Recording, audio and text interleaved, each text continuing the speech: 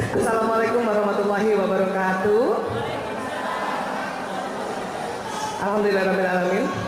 Wassalatu wassalamu ala asyrafil anbiya'i wal mursalin wa ala alihi wa sahbihi ajmain, amma ba'du. Bu, hari ini modul kita tentang masa depan yang berbeda tapi kompak gitu ya. Ya. Baik, hari ini sebetulnya saya mau cerita tentang watak. Ya Bu? Iya. Ibu-ibu punya anak berapa? Ada 3. Ada yang wataknya mirip ibu? Ada yang wataknya mirip ibu? Ada. Ada yang wataknya mirip bapaknya? Ada. Cuman ibu-ibu suka curang kalau ada yang jelek-jelek, wah ini kayak bapaknya. Ya baik. Saya juga punya anak 5, 4 laki-laki, 1 perempuan, beda-beda wataknya ya. Iya, ya. Baik. Kalau kita bicara watak, Bu, ini kita lihat dulu. Ya. Jadi setiap orang itu unik, bagaikan batu. Ya. Beda-beda nggak batu, Bu? Waktu zaman batu siapa yang suka main batu? Buat cincin maksudnya. Ya, batu itu jenis tetap sama, ya, tidak bisa berubah, tapi yang bisa diubah adalah bentuknya. Ibarat watak juga tetap sama, tidak bisa dirubah, tapi bisa diperbagus. Sepakat ya? Ya, yuk lanjut. Jadi watak itu genetik atau turunan menurun, ya. Kok kayaknya belakangin kawan-kawan di sini nggak enak, jadi gini aja. Watak itu genetik turunan. Maka saya tanya tadi, siapa yang mirip wataknya ibu? Siapa yang mirip watak ayahnya? Tapi seandainya punya anak, ibu bingung, ini nggak kayak saya, nggak kayak bapaknya. Nggak usah bingung, Bu. Mungkin kayak kakek neneknya. Kakek nenek yang keberapa? Mungkin yang di atas kita 3 tingkat. Ibu sempat ketemu nggak? Ketemu, ya. Nah ini dia. Itu namanya kromosom. Yang titik-titik biru itu namanya gen. Itu betul, Bu, kalau di foto warnanya biru. Makanya kenapa kita dibilang berdarah biru? Sebetulnya semua orang berdarah biru. Ya, tapi ini bukan di darahnya, ini di kromosom. Ya, iya. Next lagi. Ibu masih ingat waktu belajar biologi? Kromosom wanita XX gitu, kromosom pria XY gitu, masih ingat? Tidak kabur pada saat itu ke kantin ya? Nah ini kita ulang sedikit ya. Wanita kromosomnya XX, laki-laki XY. Wah Isa, kromosom kayak apa sih? Nah kayak gini. Nah itu. Jadi kalau pakai mikroskop kelihatannya kayak gitu. Tapi itu perbesaran ratusan juta kali. Kecil kromosom itu. Karena bentuknya kayak X, maka kata para ahli, ya sudah kita sebut aja X. Pada wanita itu 2 XX. Pada pria 1 di X, 1 yang kakinya kecil gitu. Makanya dia bingung, para ahli bingung nih kasih nama apa ya? Kok buntut kayak gini? Gitu. Akhirnya karena yang 1 namanya X, ya sudah kita kasih nama Y. Ya. Di dalamnya apa Bu Aisyah? Di dalamnya itu lingkar-lingkar panjang namanya kromatin. Di dalam kromatin itu ada gen. Nah, disitulah ya yang membawa apa? Membawa pesan informasi. Ibu, siapa yang matanya ibu ini waktu kecil ibu ada dibilang, "Ih, mata kamu kayak ayahnya." Siapa yang matanya kayak ayahnya, Bu? Nah, itu yang bawa itu.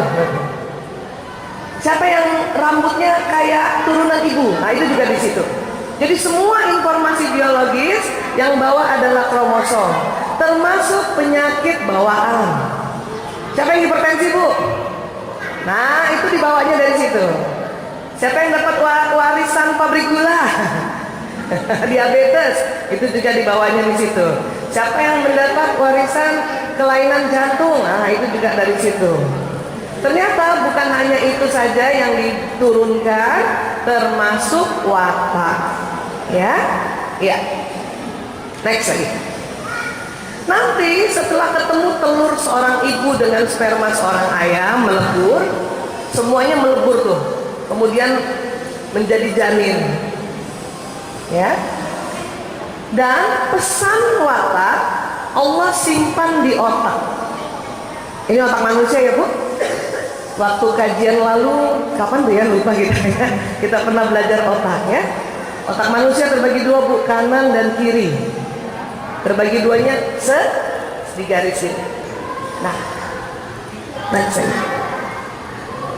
Kemudian ditaruh sama Allah jenis watak itu di otak. Tadi otak terbagi dua, kiri kanan. Sekarang kita belajar lagi, setiap belahan dibagi 4. Supaya gampang dilihatnya, kita kasih warna merah, kuning, hijau, biru. Watak yang di mana? Watak posisinya di lobus parietalis yang warna kuning. Di situ. Kanan kiri Bu. Coba Ibu pegang dulu semua kepalanya, yang bagian tengah. Ubun-ubun Ibu yang di sini, taruh ini di sini, terus ini ke belakang gini. Nah, segenggaman itulah tempat watak Ibu masing-masing. Di dalamnya ada program kekuatan dan kelemahan. Jadi sudah Allah beri itu. Tinggal kita nyalakan. Yang mana yang mau dinyalakan? Yang kekuatan atau kelemahan? Ya, ya. Lanjut. Kalau kita belajar watak untuk apa kegunaannya? Satu, bisa tahu kita dibuat dari apa, paham tentang siapa diri kita, tahu kekuatan sehingga bisa diangkat kekuatan, tahu kelemahan sehingga bisa dikurangi kelemahan, terus tahu bagaimana cara menyesuaikan diri. Di mana? Ya di keluarga maupun di perusahaan atau di tetangga atau sosialisasi. Ya, saya janji insya Allah. Walaupun waktunya singkat, Ibu keluar dari ruangan ini, Ibu bisa mendeteksi watak anak masing-masing, watak suami, watak ibu mertua, watak tetangga. Gak perlu lagi nanti cari-cari di handphone yang pakai SMS itu, ketik rek spasi jeneng, nah gak perlu lagi. Insya Allah bisa. Ya, yuk lanjut. Watak karena dari dulu sudah ada, maka diteliti oleh banyak ilmuwan. Penelitian pertama diteliti oleh namanya Hippocrates. Hippocrates ini lahir 300 tahun sebelum Nabi Isa alaihissalam. Jadi Hippocrates melihat walaupun orang begitu banyak, sebetulnya ada 4 watak utama. Kata Hippocrates. Ya, karena udah lama sekali teorinya kemudian diperbaharui oleh muridnya namanya Galen. Tapi Galen lahir jauh setelah Hippocrates, 149 tahun sesudah Masehi, sesudah Nabi Isa alaihissalam lahir. Ya, tapi masih juga belum sempurna. Akhirnya waktu itu kata Galen dan Hippocrates, watak itu bukan turunan, watak itu tergantung katanya tingkat cairan. Ada orang yang darahnya banyak, wataknya gembira. Orang yang empedu kuningnya banyak, wataknya senang mengatur. Ada orang empedu merahnya yang banyak, wataknya senang sempurna. Ada orang yang lendirnya banyak, wataknya damai. Kata mereka dulu. Tapi pada abad 18 ditemukan gen, akhirnya gugur dia punya teori. Jadi watak itu adalah genetik, turunan. Karena dari ayah dan dari ibu, maka jenis watak kita yang ada di kepala tengah ini di lobus parietalis masing-masing 2 jenis. 2 jenis. Ibu sudah kenal belum wataknya? Ibu udah kenal watak ibu? Aduh, kalau gitu kita kenalan sama watak kita ya. Habis itu nanti bisa kenal nanti dengan watak suami, dengan watak anak dan sebagainya. Boleh? Jadi latihannya adalah mengenal watak diri sendiri. Ya, baik. Next lagi. Nah, di abad 21-20 ini ada Ibu Florence Litter, ilmuwan yang menemukan cara mendeteksi watak dengan cepat. Sebetulnya Bu, kalau mau tahu watak sesungguhnya Ibu, itu harus pakai alat. Namanya apa? Alat foto aura. Ada di sini? Nah ini akuratnya 90%. Cuma di Indonesia jarang foto aura. Di tempat kami aja ada di klinik Sunter, cuma 1 alatnya. Ya. Jadi kalau di foto Ibu next, kira-kira fotonya kayak gini. Samping-sampingnya ibu tuh cahayanya berwarna. Itu sesuai watak masing-masing. Ya. Cuman karena saya nggak bawa, karena nggak boleh dibawa-bawa, masih ada di klinik. Jadi nanti kita mau tes watak dengan cara cepat. Ya. Ada lagi Bu Aisyah, kalau nggak pakai foto aura pakai apa ya? Pakai lembar form pertanyaan. Biasanya teman-teman psikolog, ada psikolog di sini. Nah, psikolog akan pakai teknik ini. Cuman lama Bu, bisa 3 jam. Nanti selesai acara nggak selesai-selesai. Ya. Ada lagi nggak Bu Aisyah yang lebih cepat? Ada. Tapi akuratnya 80%. Tetap tinggi. Cuman nanti kalau ibu saya kasih tahu, terus ibu merasa kok bukan itu ya watak aku, bukan salah wataknya ibu ya. Ya, bukan salah wataknya. Cuman teknik ini memang akuratnya 80%. Gimana Bu Aisyah? Sudah siap dites wataknya? Ayo, baik. Dengarkan. Seandainya panitia tadi ada kasih dah tadi ya, Masya Allah. Seandainya panitia juga minta kita main teater di depan ini, teater, tahu? Drama. Ibu mau pilih sebagai apa? Tolong pilih, ada 4 pilihan. Pilih langsung, nggak usah tanya tetangga, nggak usah tanya teman ya. Ya. Apakah ibu mau jadi sutradara? Apakah ibu mau jadi penonton? Jadi jangan semua main. Siapa yang nonton nanti? Apakah mau jadi penulis skenario? Apakah mau jadi artisnya? Pilih satu masing-masing. Sudah dapat? Udah Bu? Gak usah tanya temennya Bu. Gak usah ngajak-ngajak. Dapat satu? Sudah? Apakah ibu mau jadi sutradara? Apakah mau jadi penonton? Apakah mau jadi penulis skenario? Apakah mau jadi artisnya? Semua bagus. Udah dapat Bu? Satu? Dapat. Ada yang pilih sutradara? Ada. Ada yang pilih penonton nggak? Ada. Ada yang pilih penulis skenario? Ada. Ada yang pilih jadi artis? Ada. Tenang Bu, semuanya duitnya banyak itu. Penonton juga duitnya banyak, justru penonton yang banyak duitnya. Sudah dapat Bu, pilih satu sudah. Berarti kan sisa 3. Tadi kita sudah sepakat watak 2 jenis, karena dari ayah dan turunan dari ibu. Oke? Sisa 3 yang tadi pilihan. Sekarang pilih satu lagi. Kan 4 tadi. Ibu sudah pilih satu, entah yang apa. Tinggal 3, pilih satu lagi. Sudah? Masing-masing orang berarti pilih 2. Satu watak dominan, satu watak kombinasi. Entah dari mana yang turunan ayahnya dan dari mana turunan ibunya, nanti ibu di rumah baru ibu silsilahin lagi gitu. Ya. Setuju ya? Nah, sekarang dengar. Adakah watak yang pilih penonton? Pilihan pertamanya? Ada? Ada. Dan pilihan keduanya penulis skenario, ada nggak? Jadi penonton dan penulis skenario, ada? Nah, oke. Itu paduan yang sudah lazim. Ya? Itu insya Allah 85% naik lagi akuratnya. Sekarang, adakah yang pilihan pertamanya penulis skenario, pilihan keduanya penonton? Ada? Nah, itu juga watak yang sudah lazim. Itu tepat itu, 85%. Akuratnya naik. Sekarang, adakah yang pilih penonton yang pertama, pilihan keduanya artis? Ada nggak Bu? Nah, itu juga betul. Itu lazim sekali. Atau kebalikannya, pilihan pertamanya artis, pilihan keduanya penonton. Ada? Ada. Sekarang, adakah pilihan pertamanya penulis skenario, pilihan keduanya sutradara? Siapa? Ada? Ada, itu juga lazim. Pilihan pertamanya sutradara, pilihan keduanya penulis skenario. Ada?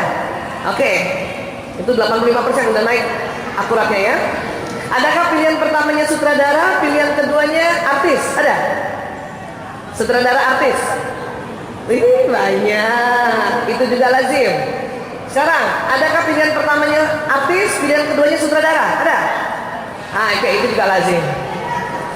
Yang gak lazim apa Bu Aisyah? Siapa yang pilih penonton pertama, pilihan keduanya sutradara? Itu tidak lazim. Salah nggak? Nggak salah. Ada salah satu yang betul. Cuman satu kombinasinya ibu mungkin ya Lihat nanti saya jelaskan sedikit, nanti oh saya yang ini sebetulnya. Ya. Adakah pilihan pertamanya sutradara dan pilihan keduanya penonton? Itu juga tidak lazim. Pasti ada salah satu yang kombinasinya harus diganti. Adakah pilihan pertamanya penulis skenario, pilihan keduanya artis? Ada nggak yang gitu? Itu tidak lazim juga. Pilihan pertamanya artis, pilihan keduanya penulis skenario. Ada? Itu tidak lazim juga. Jadi kalau kita mau bikin begini, ya Mbak Wiwi, kotaknya. Nah, kalau bawah sama bawah itu lazim, atas sama atas lazim, atas bawah yang lurus lazim. Yang tidak lazim adalah watak yang bersilang. Ya, bukan tadi saya sudah bilang, bukan watak ibu yang salah, cuman tidak lazim. Mungkin salah satu watak ada karena pola asuh atau terikut karena pasangan hidup. Ya, iya. Sekarang, adakah yang pilih penonton pertama tadi? Ada? Dan pilihan penonton yang kedua? Berarti di kepala ibu Allah sudah kasih program hasrat orang penonton itu adalah damai. Betul Bu? Ibu yang pilih penonton orangnya selalu damai? Tidak suka bertengkar? Ya? Iya, cepat setuju kalau ada apa? Banyak temennya, karena dia tidak suka bertengkar. Orang yang damai senang menjadi pengamat. Dia senang mengamati. Iya Bu? Gampang mau tahu orang damai betul apa enggak? Ajak-ajak ke restoran, ke kantin, tanya kita mau traktir, ibu mau makan apa? Jawabnya terserah. Itu asli orang penonton itu asli orang damai. Ya, kekuatannya apa orang damai?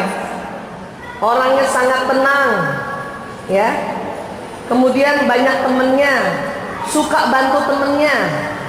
Tapi kalau dia ada acara, nggak ada yang bantuin, karena dia nggak enak nyuruh, pekeuhan, kan pekeu ya? Orang Jawa bilang ya, nggak enak hati nyuruh. Kalau bisa dia yang ngebantuin, nggak usah deh, nggak ada yang bantuin, nggak apa-apa gitu. Ya, orang yang damai jarang marah, tapi sekalinya marah ya Allah, dia nggak mau lihat orang itu lagi gitu. Saking jarangnya marah, energinya habis untuk handle perasaan, makanya cepet lobet, gampang ngantuk, nyender dikit bisa tidur. Kalau orang yang pilih penonton yang pertama tapi, ya, yang utamanya dia penonton. Ajak naik mobil lurus aja, ya Allah, bu, ya Allah udah damai banget. Karena apa? Karena energinya habis untuk menghandle emosinya agar selalu damai. Siapa yang punya anak ini kira-kira? Yang jarang membantah kalau ibu nasihati, itu tipe damai itu. Cuman juga gitu, kalau ada yang harus disuruh dia akan tunda-tunda, itu kelemahannya. Tarsok, nunda. Pas kepepet, baru deh. Makanya tipe penonton ini ada buku bagus dibaca Bu, The Power of Kepepet. Itu bagus. Saya tipe damai soalnya. Makanya tadi lama di jalan itu istirahat juga. Saking sakit kepala sebetulnya. Ya, nah, ya itu tipe damai ya. Kombinasinya bisa ke penulis skenario, bisa ke artis. Ada Bu, gitu Bu. Yang penulis skenario, gimana sifat itu Bu Aisyah? Yang memilih penulis skenario berarti di otaknya sudah hasrat sempurna, selalu ingin melakukan apa-apa dengan benar. Betul Bu? Takut salah. Siapa yang pilih penulis skenario tadi? Selalu melakukan ingin sesuatu yang rapi, benar, tepat, takut salah. Kenapa? Karena hasratnya selalu sempurna. Ciri khasnya pemikir. Kenapa? Apa-apa dia selalu pikirkan. Ya. Tipe penulis skenario ini, siapa yang pilih penulis skenario nih? Ini udah bener belum nih? Kalau yang penulis skenario pilihannya benar, tepat, memang dari aslinya begitu? Itu gampang mendeteksinya. Maaf, pencet pasta gigi atau pencet odol selalu dari bawah. Betul? Karena selalu mau rapi. Bahkan kadang sudah habis pun dia lipat itu odolnya. Ada yang ekstrim, sudah dilipat, dibuka, digunting, ambil dalamnya tuh odol. Ya ini nih. Ini waktu mahasiswa kali ya. Duit kiriman belum datang ya. Sabun cair, habis sabunnya botolnya nggak dibuang, kasih air dikocok-kocok. Nah itu, tipe itu tuh. Sabun batang kecil aja nggak dibuang bu, diapain?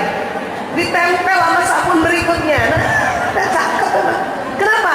Karena selalu mau melakukan dengan sempurna. Jadi habis sampai sempurna. Ya bu, ini. Apa kehebatan orang pemikir, penulis skenario? Banyak apa?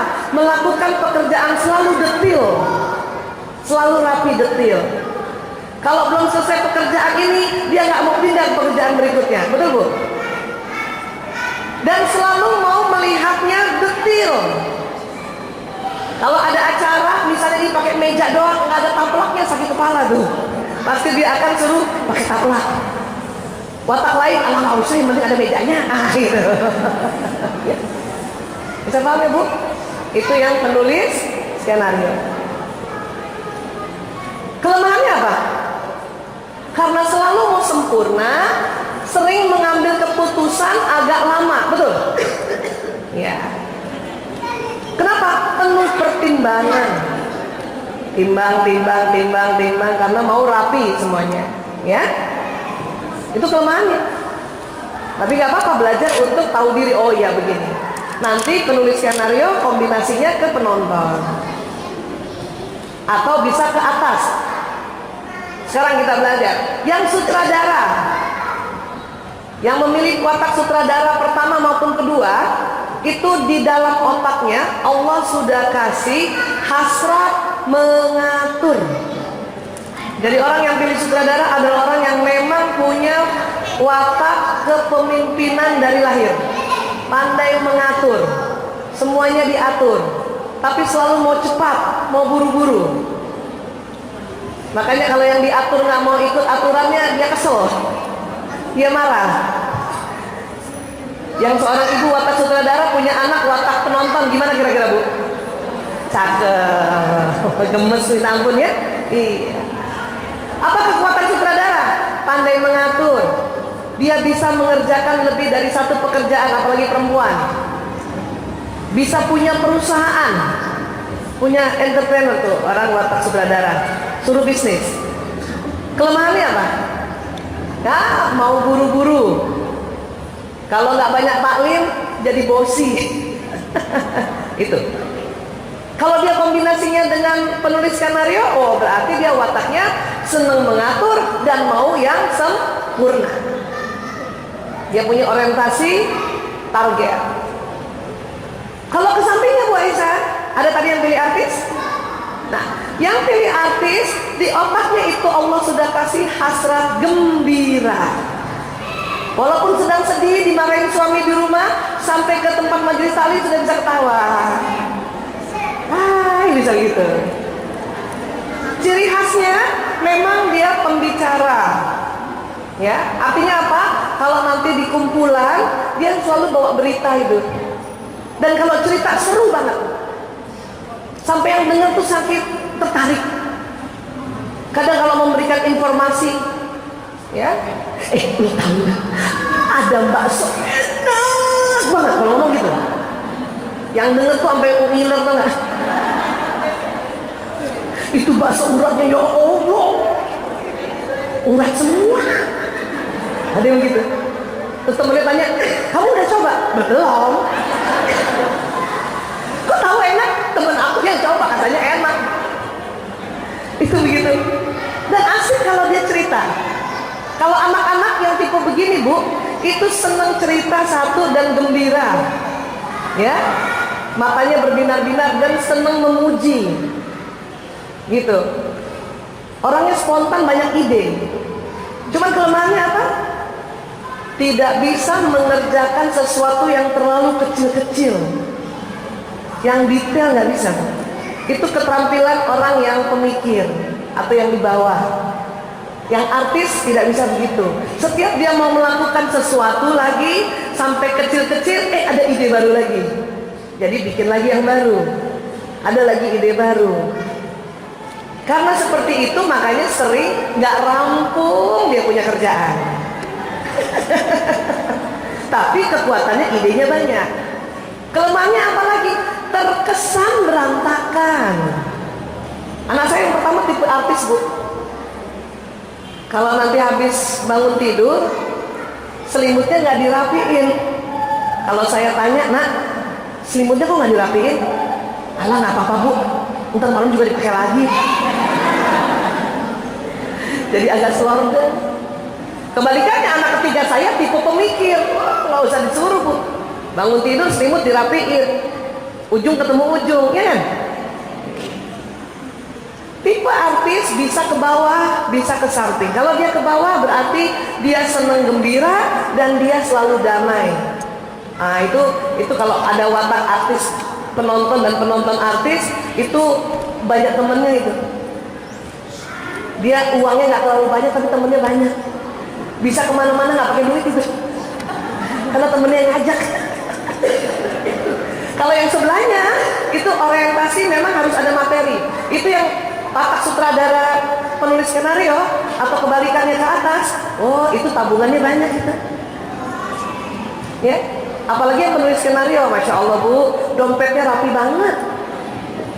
Siapa yang tadi dompetnya rapi? Betul nggak penulis skenario dompetnya rapi? 10.000 sama 10.000, 5.000 sama 5.000, 2.000 sama 2.000. Kepala pahlawan hadap kanan semua. Itu kalau diambil 2 lembar, dia tahu. Ini uang gua hilang 2 lembar, mana? Itu tipe itu. Apa namanya itu, Bu Aisyah? Ada nama Latinnya, ada nama juga di dalam watak Islam.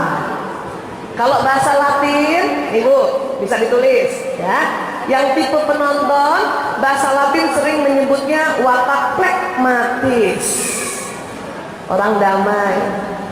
Yang tipe penulis skenario, bahasa Latinnya sering disebut melankolis. Yang tipe sutradara, bahasa Latinnya itu disebut koleris.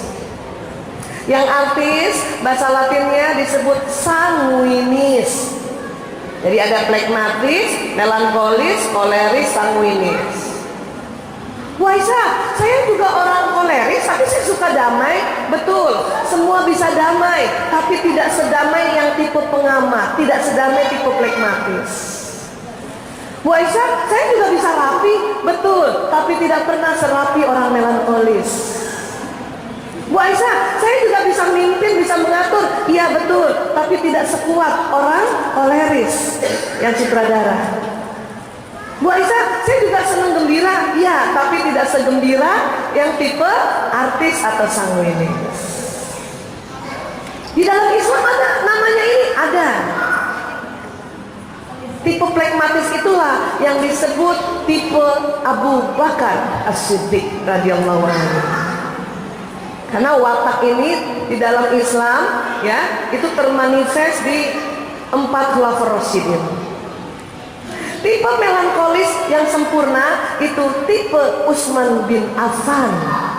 Makanya Utsman bin Affan itu yang ngatur mushaf Quran, karena dia bisa detail. Utsman bin Affan itu, Bu, pemalu, selalu mau di belakang layar. Makanya yang penulis skenario tadi pasti senangnya di belakang layar, ngurus-ngurus belakang layar. Suruh maju keringet dingin. Tipe sutradara kira-kira tipe siapa sahabat Nabi? Umar bin Khattab. Umar tegas, karena tipe koleris tegas, pandai mengatur. Ya. Ali bin Abu Thalib adalah tipe sanguinis. Cuman karena kita sudah turunan ayah ibu, maka di watak dasar kita ada 2.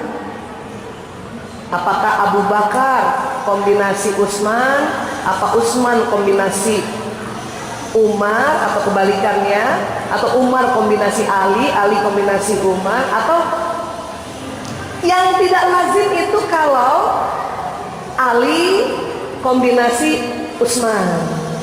Tidak lazim. Bisa jadi itu terpengaruh karena ibunya. Anaknya berantakan, tapi ibunya setiap hari melototin soal pencet odol. Dia pencet odol dari bawah. Kalau tipe Ali, tipe sanguinis, hari ini pencet odol dari bawah, sore udah tengah lagi.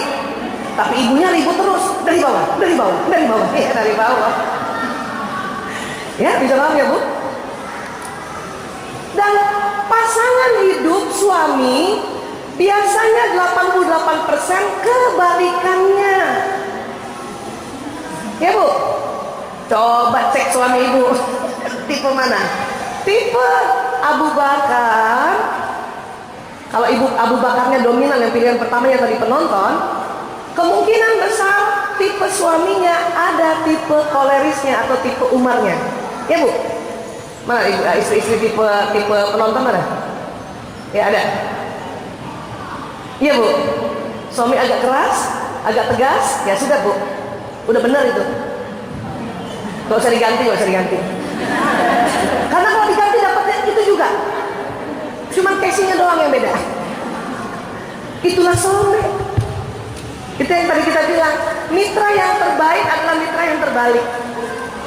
Bu Aisyah, tapi cuma terbalik di satu sisi saja, iya nggak apa-apa. Ada yang terbalik dua-duanya.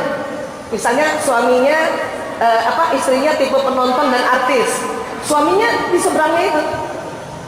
Ada yang dua-duanya begitu, tapi ada juga yang sebelahnya saja yang terbalik. Selalu begitu. Kalau sama persis dengan tipe suami istri, ada juga, tapi sangat sedikit. 2 sampai 10%. Apa kelemahannya? Nanti bosan. Ya, Bu? Bisa paham ya, Bu? Iya. Tapi watak ini bisa dibentuk, bisa. Sama-sama ajarkan misalnya ya, bahwa kebersihan itu adalah sebagian dari iman. Membuang tempat sampah di sebelah sini ya, Nak. Ibu ajarin gitu kan semua anak? Tapi tidak semuanya langsung bisa mengerjakan karena wataknya berbeda. Watak mana kira-kira yang cepat kalau ibu ajarkan? Nah, buang sampah pada tempatnya. Watak mana kira-kira yang dia cepat melakukannya? Watak yang mana? Watak yang mana? Hah? Yang cepat. Nah, kalau ada, iya, 2 watak di bawah ini, flegmatis dan melankolis. Dia cepat. Anak sanguinis kalau disuruh buang sampah pada tempatnya, kira-kira gimana, Bu? Hah? Agak lama, atau karena dia senang gembira, maka cara buang sampahnya dia buat main-main. Pas begini meleset, udah dibiarin. Yang penting dia udah usaha. Sekarang kalau kita bilang tabassumuka fi wajhi akhika shadaqah, senyum itu sedekah. Nah, setiap ketemu orang senyum ya. Kira-kira watak mana yang cepat memberikan senyum? Sanguinis. Karena belum apa-apanya dia udah senyum. Watak mana yang susah tersenyum? Ayo. Koleris kombinasi apa? Melankolis, pemikir. Mau senyum sama orang mikir dulu. Senyum nggak ya? Senyum nggak ya? Karena dia selalu hati-hati. Bu, orang melankolis mana nih? Sedikit lagi kita berubah ini ya. Mana yang penulis skenario? Bagaimana cara mengambil baju yang tumpukan di bawah? Angkat dulu, tarik. Rapi kan? Artis, sanguinis, bagaimana cari baju dari tengah? Ambil. Berantakan? Gak apa-apa, tutup aja lemarinya. Siapa yang mau lihat? Habis pakai handuk mandi, tipe melankolis kira-kira handuknya taruh mana? Taruh jemuran. Rapi nggak? Rapi, ujung ketemu ujung. Anak sanguinis kira-kira, anak sanguinis koleris, habis pakai handuk taruh mana? Empang. Boleh nggak diajarin bahwa nak taruh di sini ya? Ajarin, Bu. Cuman dia nggak bakal serapi yang tipe melankolis. Dia taruh aja di besi itu, tidak diatur ujung ketemu ujung, udah syukur. Bagus, berarti dia sudah kemajuan. Lipat selimut kira-kira gimana tipe artis tuh? Maunya nggak dilipat, tapi dia sudah untel, itu sudah kemajuan, udah good. Nggak bisa disuruh serapi orang melankolis. Kenapa? Nanti kekuatan kreativitasnya hilang. Ya, coba otak warna-warni.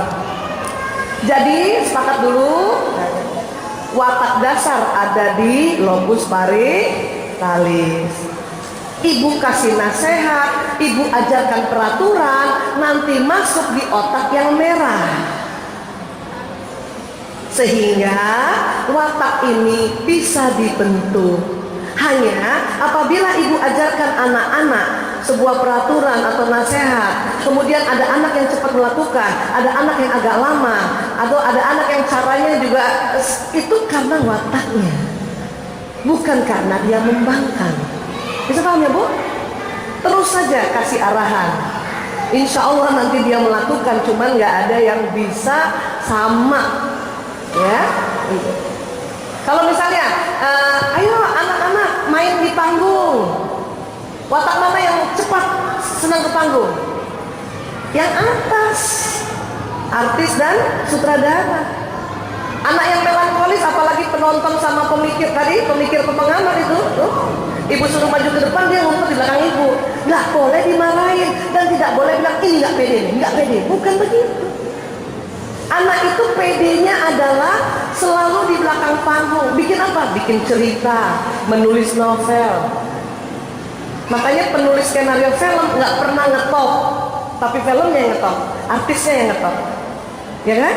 Jadi percaya diri bukan karena dia berani maju di panggung. Bisa paham ya Bu? Iya. Masya Allah Ibu, saya mohon maaf, waktu sudah menunjukkan. Tapi mudah-mudahan sudah bisa kebayang. Sudah bisa mendeteksi anak masing-masing? Nah, gampang kan? Sudah bisa mendeteksi suami? Nah, tapi jangan juga merasa, Bu Aisyah, kok saya nggak kebalik ya? Apakah saya salah suami? Jangan begitu. Bisa jadi ibu salah mendeteksi doang, bukan salah suami. Iya, Ibu, karena memang sekarang waktunya untuk azan zuhur. Ada kemudian juga ada siswa-siswa yang mau sholat berjamaah. Oh tidak, tidak. Oh ya baik, mungkin kita sebentar untuk azan sebentar ya Ibu ya. Nanti selesai azan kita bisa lanjutkan kembali. Oh ya, paling sebentar aja lagi juga masjid kita bisa sholat ya.